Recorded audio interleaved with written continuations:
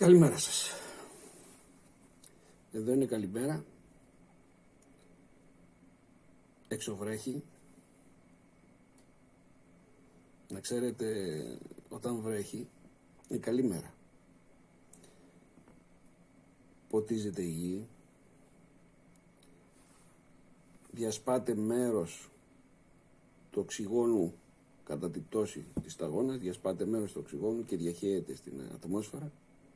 Οπότε έχουμε περισσότερο οξυγονοθεραπεία.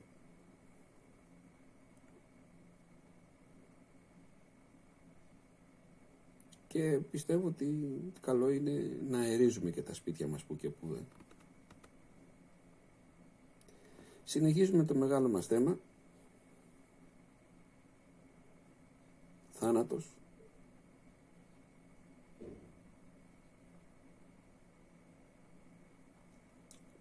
Πιστεύω ότι αρκετοί από εσάς έχετε εξαφανιστεί και δεν θα συνεχίσετε να βλέπετε αυτά τα βίντεο περί θανάτου.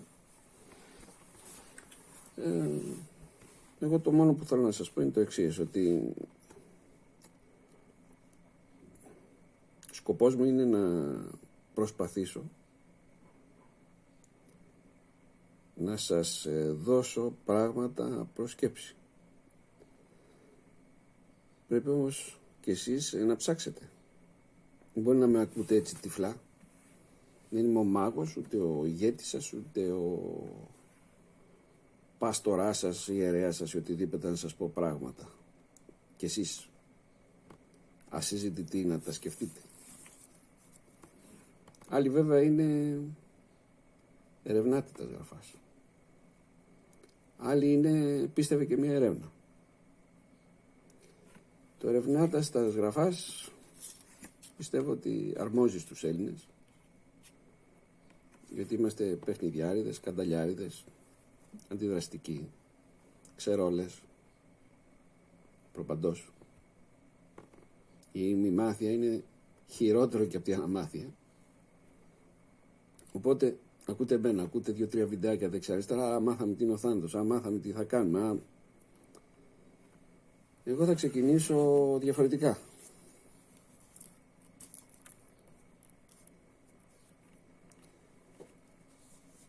Ξέρετε τι θα πει η οικιακή οικονομία? Τώρα που σχετίζεται η οικιακή οικονομία με το θάνατο? Σχετίζεται στο ότι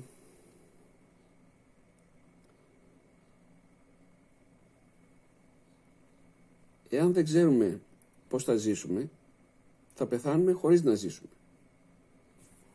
Η οικιακή οικονομία δεν είναι βάζω 5 δραχμές στην άκρη και το φασούλι γεμίζει το σακούλι. Όχι.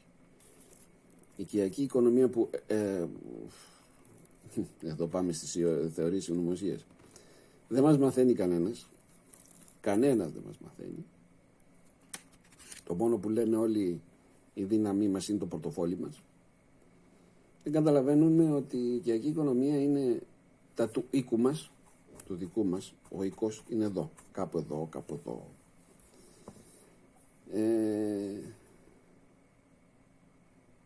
Τα του οίκου μας πώς θα τα οργανώσουμε ώστε θα βγάλω τα γυαλιά μου γιατί όλοι μου φωνάζετε ότι κάνω αντανακλάσεις τα τέτοια. Τα του οίκου μας που λες πρέπει να τα συγυρίσουμε λιγάκι. Να τα βάλουμε σε ένα πρόγραμμα. Τώρα τελευταία βλέπω, λόγω κρίσης, λόγω κορονοϊού, λόγω πείνας, λόγω δυστυχίας, λόγω το ένα, λόγω το άλλο, βλέπω αρκετούς και αρκετές πηγαίνουν στο σούπερ μάρκετ με μια λίστα.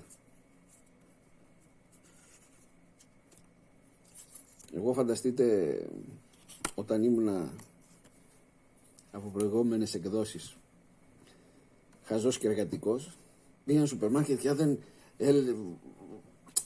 ασχετούσα από το βάρος της σακούλας, έλεγα κάτι λείπει. Φώναζα στη γυναίκα, στα παιδιά, πάτε κάτι, ξεχάσατε. Τώρα πάω στο σούπερ μάρκετ, τη βδομάδα να χρειαστώ maximum 3-4 προϊόντα, παρόλο που τώρα δεν μπορώ να καλλιεργήσω. Δεν μπορώ να ζήσω τα ζωντανά μου και τα πτηνά μου, ώστε να είμαι αυτόνομος. Παρ' όλα τα αυτά, είναι πολύ λίγα αυτά που χρειαζόμαστε από ένα σούπερ μάρκετ. Τα περισσότερα είναι καλούδια, είναι γκουρμέ, είναι πράγματα άχρηστα προς την υγεία μας και το πιο ωραίο που μας έχουν κάνει καταναλωτικούς, να μην πω τη λέξη, καταναλωτικούς μαλάκες, έτσι θα το πούμε απλά. Για να διευκρινίσουμε και το όρο μαλάκα, θα το διευκρινίσω σε κάποιο άλλο βίντεο. Είναι αυτός ο οποίος έχει πάθει μαλάκες εγκεφάλου και γι' αυτό δεν διώκεται και ποινικά. Το να σε πω μαλάκα δεν σε μπάει σε άλλη δικλίδα, ότι σε υποτιμάω, σαν χλαμάρες μαλακίες τώρα όλα αυτά, αλλά απλώς είναι το θέμα ότι ο μαλάκας είναι αυτός που δεν έχει φαία ουσία ή έχει πάθει κάτι το εγκέφαλός του και έχει πέσει μαλάκιση, όπως είναι η πάθηση. Άρα αυτοί που έχουν μαλάκιση στον εγκέφαλο είναι οι μαλάκες. Για μένα είναι ό,τι χειρότερο. Αν θα τους δείτε, κάντε μια βόλτα στα νοσοκομεία. Δεν είναι κακό, όχι τώρα που έχουμε κορονοϊούς, ιούς και σαχλαμάρες. Σε περίοδους ειρήνης και ηρεμίας, κάντε να δείτε τι απέσιο, πώς να το πω, θέαμα είναι κομμένα χέρια, κομμένα πόδια. Ναι, απέσιο. Αλλά ξέρετε κάτι, αυτός ξεκίνησε να πάει μια βόλτα να πιει μια μπύρα. Ή αυτός έτρεξε να προλάβει τη δουλειά του. Ή αυτή πέρασε με το κινητό το κόκκινο γιατί ήταν η μπουμπούκα και ξέρει ότι επειδή έχει ένα ωραίο κορμί ή ένα ωραίο πρόσωπο, όλοι και όλες πρέπει να κάθονται σούζα μπροστά τους. Ή το χειρότερο, ο εργάτης, ο μάστορας πήγε στη δουλειά του να βγάλει τα προζήν για να δείξει στη γυναίκα του και αυτός ότι ξέρεις κάτι, μετράει. Για να δείξει η εργάτρια στα παιδιά της ότι φέρνει φαΐ στο σπίτι. Δυστυχώς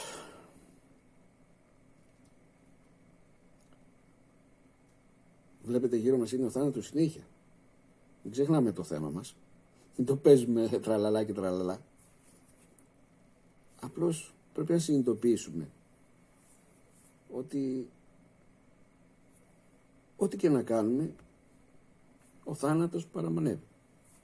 Να μας χτυπήσει εδώ και να πει άντε πάμε άτα. Θα μας πιάσει πανικός. Παιδιά, είστε μαλάκες άμα σας πιάσει πανικός με αυτά που λέμε. Το ηλίθιος ή η ηλίθια θα έρθει αν αρχίσει και φωνάζει κιόλας. Σκέψου όμως.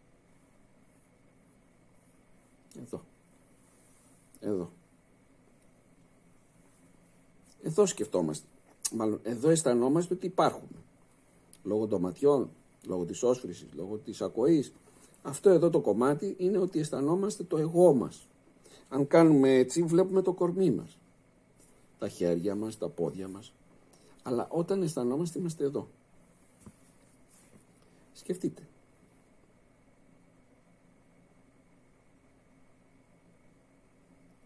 Το περισσότερο μπορεί να πάθεις σε ένα ατύχημα είναι να σπάσεις ακριβώς εδώ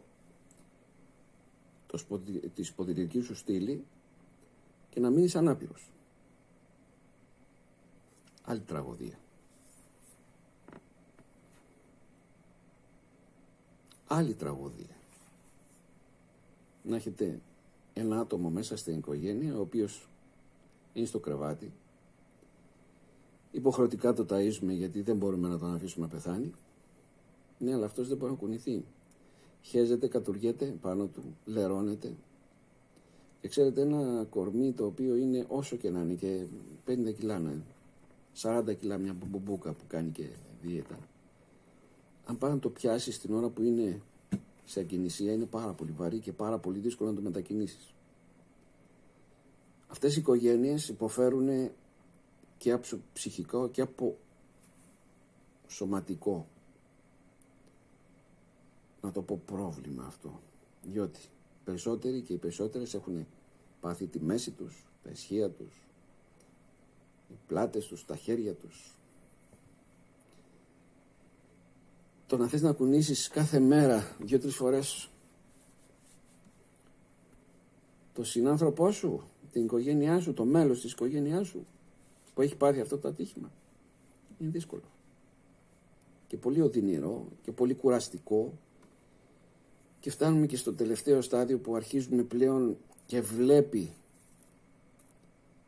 το τελευταίο στάδιο, όχι αυτού που είναι στη ζωή, γιατί αυτός δυστυχώς που είναι στη ζωή και στο κρεβάτι κάθε μέρα πεθαίνει, κάθε λεπτό, κάθε δευτερόλεπτο πεθαίνει, και όσο αισθάνεται ότι αισθάνεστε λύπη για αυτόν, χέστα, άστα. Και αρχίζουμε και εμείς, φτάνουμε στο τελείως απάνθρωπο. Τέλειωνε να ησυχάσεις και εσύ και εμείς. Δεν λέμε τέλειωσε να ησυχάσεις εσύ και εγώ. Εσύ και εμείς, το πάμε στο εμείς.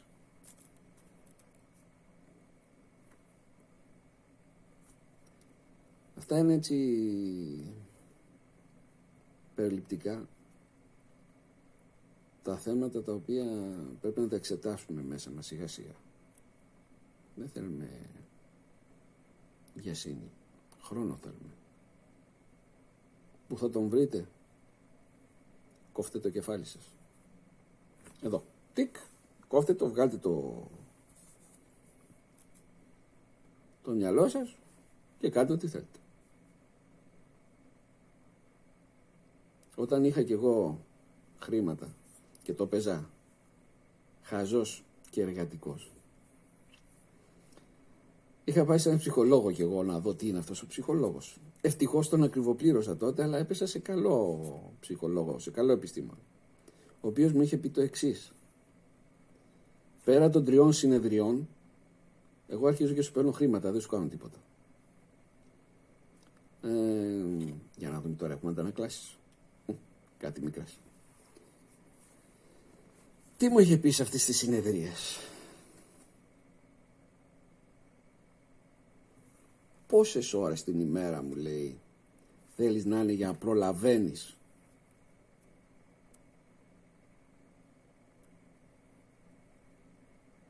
Σκέφτηκα και του λέω 500-600. 500 ώρες την ημέρα, αν το διαιρέσουμε για το 24, βγαίνουν στις 20-22 μέρες. Δηλαδή θέλω 1 μήνα την ημέρα για να προλαβαίνω τα πράγματα της ημέρας. Και τι να προλάβω?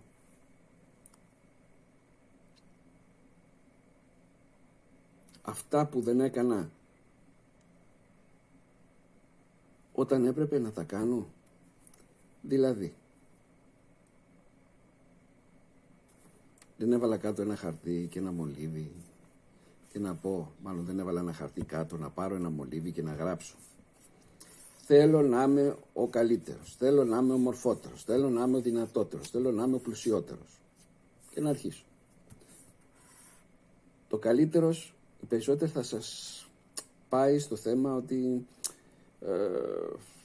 μέσα στον κόσμο να είμαι ο καλύτερος από θέματα αυτά που είπαμε παρακάτω.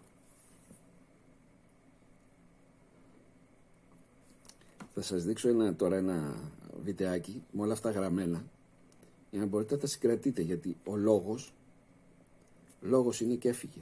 Τον πήρε ο αέρας και έφυγε. Πάει βόλτα. Ενώ τα γραπτά, η εικόνα μένει. Δέστε το. Πάμε τώρα να δούμε όλα αυτά που λέμε. Οικιακή οικονομία. Από ό,τι βλέπετε, είμαστε 6 Απριλίου του 2020, ώρα 8:32 πριν μεσημβρίας. Για να διαβάσουμε όλα αυτά που είπαμε προηγουμένως.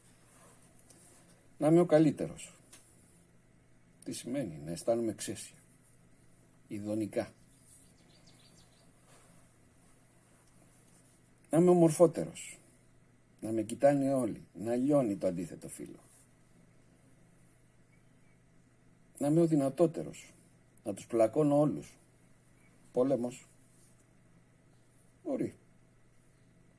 Να είμαι πλουσιότερος, να έχω τι θέλω.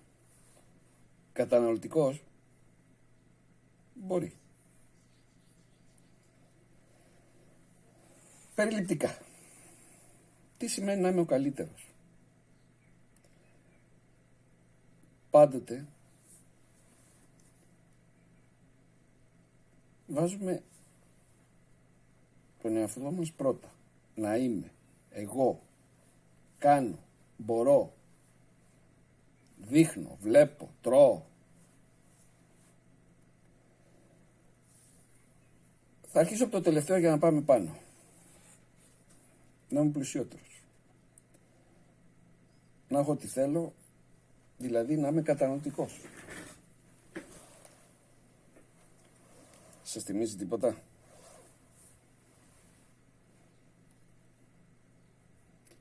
Να είμαι ο δυνατότερος. Για να μπορώ να έχω τι θέλω.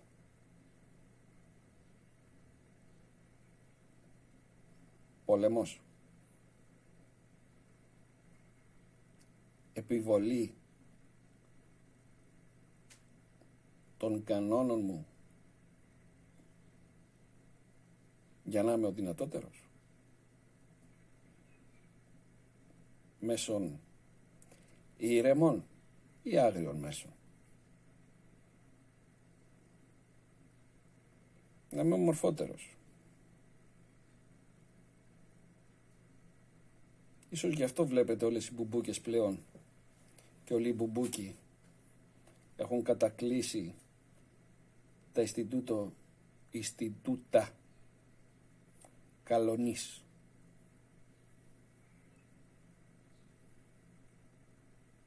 Και όλα αυτά για να είμαι ο καλύτερος και να αισθάνομαι εξαίσια.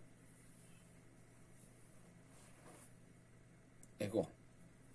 Ας το εμείς, ξέχασέ το εμείς. Έχει φύγει προπολού το εμείς.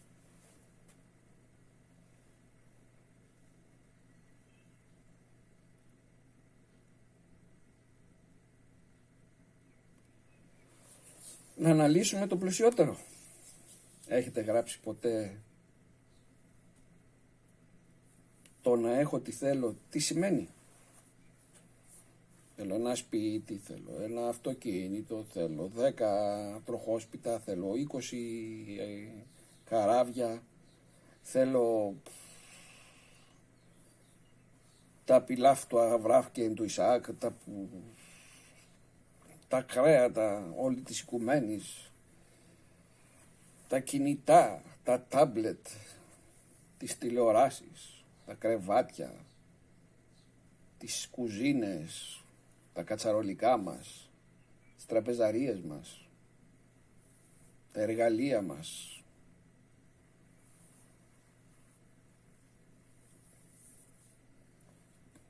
Για γράφτε τα όλα κάτω να δείτε. Ξαφνικά θα δείτε ότι είναι κάποια εκατομμύρια, ίσως και δισεκατομμύρια ευρώ. Φίλε, εσύ που κάθεσαι και έχεις γίνει ο μαλάκας της παρέας και φωνάζεις, βρίζεις, δυσανασχετείς, γιατί παίρνεις 400 ευρώ ή 600 ή 800, 1000 και ακούστε και το περίεργο προσώνει, 1500 ευρώ. Παίρνεις 1500 ευρώ, άρα αυτή την εποχή κάψε ρε μου, θα στα πάρει εφορία, αλλά τέλος πάντων. Αν είναι πραγματικά δηλωμένα, αν είναι μαύρα, πες ότι έχουμε μαύρα 1500 ευρώ δικά μας, ολόδικα μας, δεν τα έχουμε πληρώσει εφορίες, τα πάντα. Για βάλτε ας πούμε με 15 μισθούς το χρόνο, 15 μισθούς το χρόνο. Βάλε δώρα, βάλε μπόνους, βάλε το ένα τ' άλλο. Βάλε 2.000 το μήνα. Επί 15, 30.000 το μήνα. 30.000 το μήνα. Το χρόνο, συγγνώμη. 30.000 το χρόνο. Τρελό ποσό, ναι. Ενώ αυτός που παίρνει 400 ευρώ το μήνα παίρνει 12 μισθούς και αυτός κοτσουρεμένος, αλλά τέλος πάντων πες ότι παίρνει 12 μισθούς. Μας έπεσε το κύκλωμα. Πέστε που λες με 400 ευρώ το μήνα επί 12 ή 4.800. 5.000 το χρόνο. Επί 40 χρόνια που ζούμε, ας πούμε, και θα πάρουμε σύνταξη σε 40 χρόνια, όποιος προλάβει και όποιος αντέξει, 160.000. Όχι ψέματα. Είναι 200.000. 200.000 ευρώ. Με καψέρα μου 200.000 ευρώ δεν κάνετε ένα σπίτι. Πώς θέλεις να πάρεις του Αβραάμ και του Ισαάκ τα αγαθά? Πώς θες να είσαι ο πλουσιότερος, ο δυνατότερος, ο ομορφότερος, ο καλύτερος? Για σκέψου. Και εσύ που υποτίθεται ότι παίρνεις 30.000 το χρόνο. Ποσό, ναι. Για βάλτε με 40, ένα 200 είσαι. Τι είσαι, τίποτα. Πες ότι παίρνεις και 1.000.000 το χρόνο. Με 40 χρόνια ζωής που ζούμε. Άρα, όταν θα πάμε στο θέμα, και έχω αφήσει επίτηδες να αναβοσβήνει το πράγμα εκεί πέρα στο καταναλωτικό, όταν θα πάμε πλέον στο καταναλωτικό, έχουμε χάσει τον πόλεμο όσα λεφτά και να πάρουμε. Ναι, αλλά υπάρχουν κάποιοι που συγκεντρώνουν όλο το πλούτο της γης επάνω τους.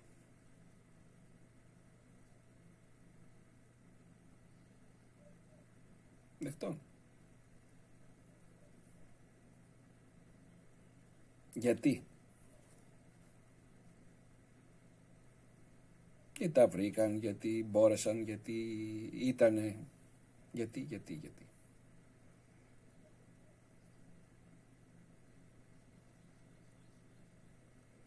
Δυστυχώς ο ομορφότερος πλέον είναι και ο πλουσιότερος. Εκεί έχουμε καταντήσει. Βέβαια όλα αυτά, άμα θα τα δείτε και τα απλώσετε λιγάκι, θα δείτε ότι υπάρχει από πίσω ένας φοβισμένος άνθρωπος, ο οποίος θέλει συνέχεια να λέει να είμαι.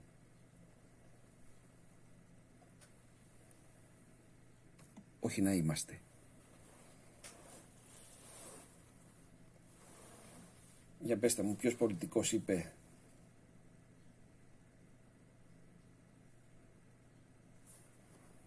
θα σας κάνω καλύτερους, ομορφότερους, δυνατότερους, πλουσιότερους?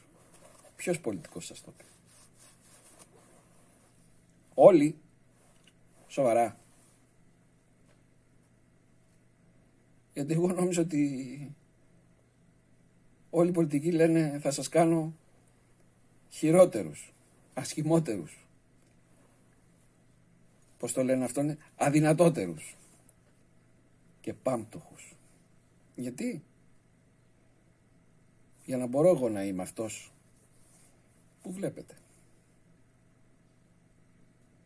Μην τους κατηγορούμε. Καλά μας κάνουν. Εμείς τι κάνουμε?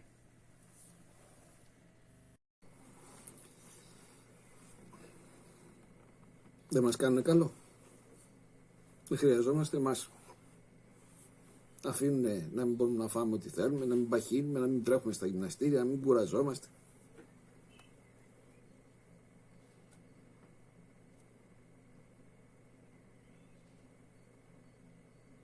Ναι, αλλά μέσα από όλη αυτή τη ζωή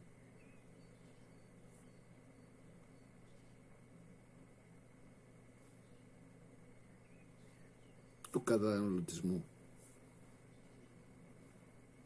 δεν ζούμε τη ζωή μου, τη ζωή που θέλουμε ή που νομίζουμε ότι θέλουμε.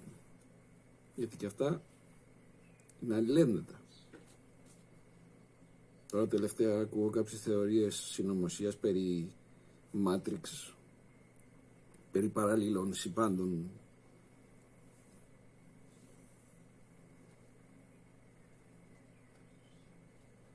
Ναι, αρχίζω και λέω κάποια στιγμή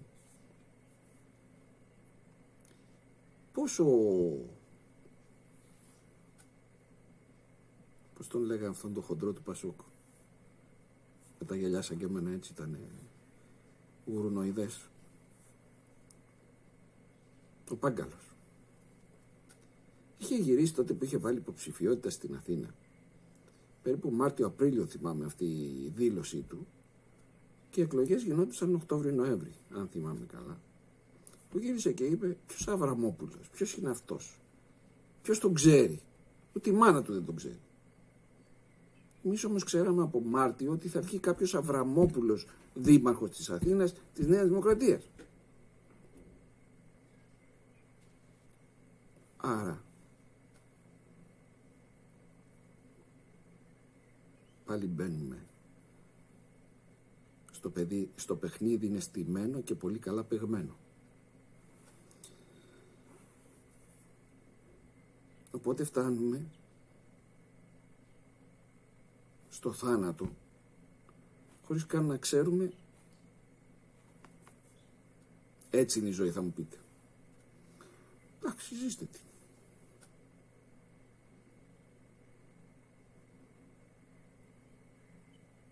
Να πω κάτι εγωιστικό. Εγώ τώρα βρήκα αυτά τα παιχνίδια, που κάθομαι, τουλάχιστον παίζω. Εσείς καθόσαστε που καθέσαστε, γιατί δεν ανεβάζετε βιντεάκια, προσωπικές απόψεις. Βρίστε, φωνάχτε. Άκουσα ένα ταξιτζή που οριότανε.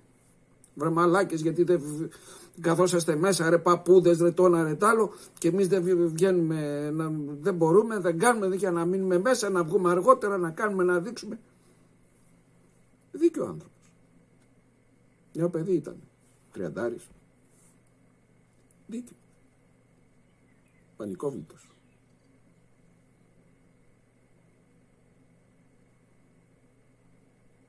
Μανάδες, στους παππούδες.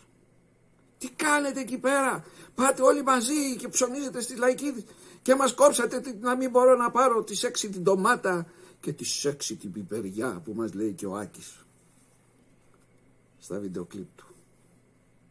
Σέξη. Σέξη.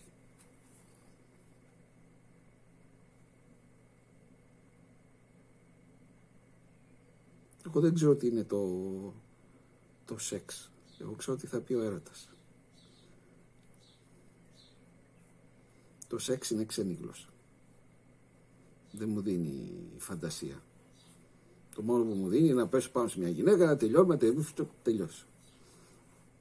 Εμένα μου αρέσει ο έρωτας. Να δω μία, να με δει μία, να αρχίσουμε τα σκέτσα, να κάνει από εδώ, από εκεί, και τσου, και μπου, και φου, και σου. Και στο τέλος να πούμε, αχ, τι ωραίο που ήταν.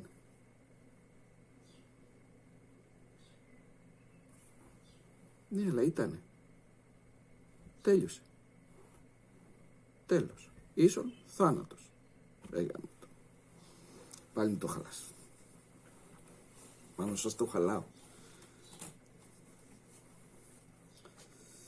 Όλα τα όμορφα έχουν ένα τέλος. Άρα έχουν ένα θάνατο. Ακόμα και τα όμορφα. Καλά, τώρα δεν θα μας πεις για τον κορονοϊό τίποτα, θα μου πείτε. Τόση ώρα μας πρίζεις με το θάνατο και περιμένουμε να ακούσουμε για τον κορονοϊό.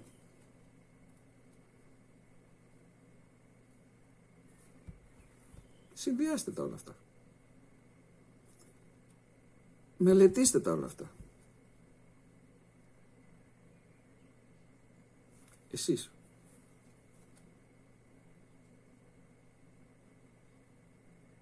Απολαύστε τα όλα αυτά. Αργά. Βασανιστικά.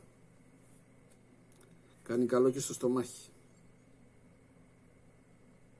Όταν τρώμε χραπ, φουσκώνουμε χωρίς να έχουμε καταλάβει τίποτα. Ενώ όταν μασάς, όπως λέει και ο γιατρός, την μπουκιά σου 20 φορές, όσο και να βάλεις μέσα στο στόμα σου, βάλω εκεί, μάσησέ την 20 φορές πριν την κατεβάσεις. Θα σου κάνει καλό στο στόμα, στο στομάχι. Ναι, αλλά εδώ θα έχεις απολαύσει μυρωδιές, γεύσεις, ποσότητες και όλα αυτά τα γκουρμέ και τα σεξι που μας λέει ο Άκης.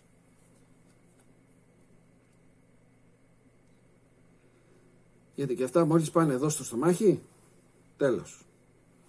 Πέφτει η χολή, πέφτουν τα οξέα, τα κάνει έτσι αχαμάς,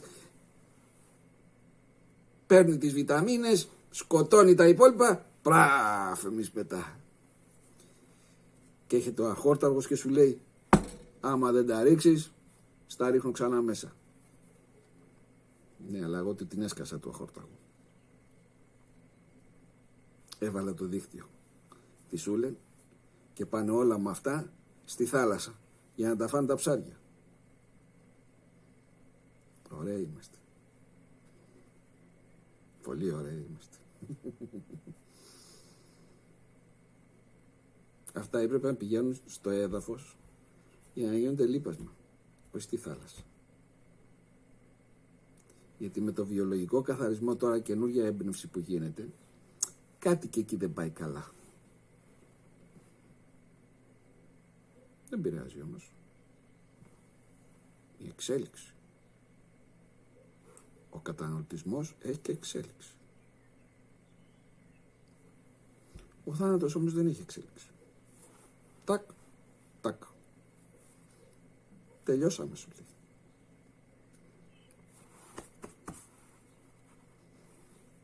Go to the paradise, θα σου πει. Πώς θα μιλάω τα κινέζικα, όπως τις έκανα το κερατό μου, Κι όμως.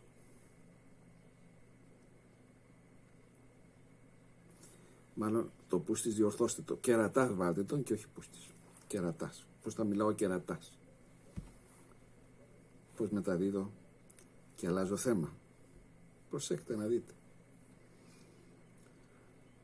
Σαν άντρας θα μιλήσω τώρα και αφήστε τις γυναίκες παραπέρα να μιλήσουν αυτές και να μας πούν την άποψή τους. Τρέχω όλη μέρα για να κάνω χρήματα, σπίτια, κακό ιστορίες, για να μπορέσω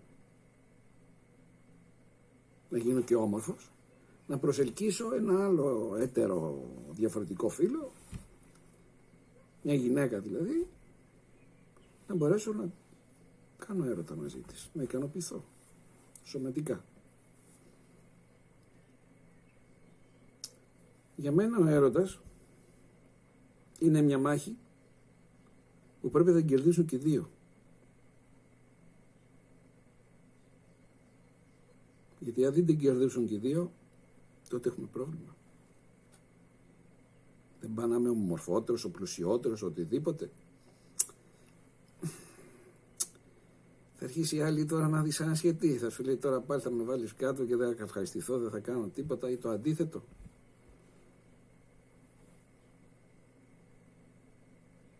Και εκεί αρχίζουν τα προβλήματα. Τέλος. Μάλλον έτσι. Τέλος. Τελειώσαμε.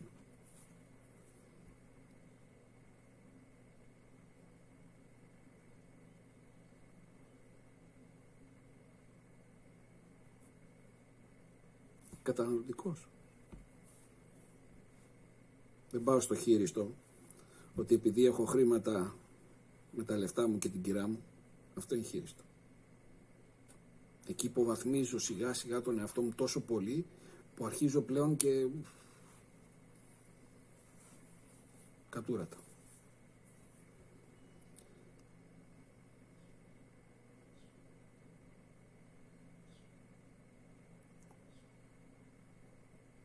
Φανταστείτε τώρα ότι ακόμα και τώρα υπάρχουν περιοχές του πλανήτη που πεθαίνουν από σύφυλλη, από βλενόρια, από AIDS. Νοσήματα μεταδιδόμενα με την ερωτική πράξη. Εδώ γεννηθήκανε παιδιά με κορονοϊό. Κάποιος τα πέθανε τώρα. Τα κόλλησε. Ή κολλήσανε οι μανάδες από κάποιους. Οτιδήποτε. Και διάβασα και ένα ωραίο. Άρε κορονοϊέ. Σπίτια που θα κλείσεις τώρα. Για φανταστείτε. Με ποιον πήγες, αγόρι μου? Ξέρεις, με τον Τάσο, με τον Κώστα, πήγα και με την Κούλα. Ποια είναι η Κούλα? Ξέρεις, η Κούλα είναι η γυναίκα του Χαράλαμπου. Το θυμάστε, Χαράλαμπε? Ή το ανάποδο. Βλέπετε, σε όλα μας στη ζωή, θάνατος. Τέλος.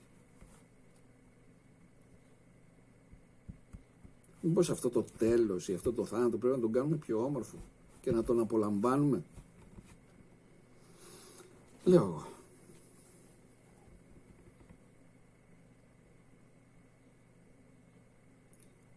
Να είστε καλά, να προσέχετε τους εαυτούς σας και να ψάχνετε την πίσω μεριά από αυτά που σας λένε.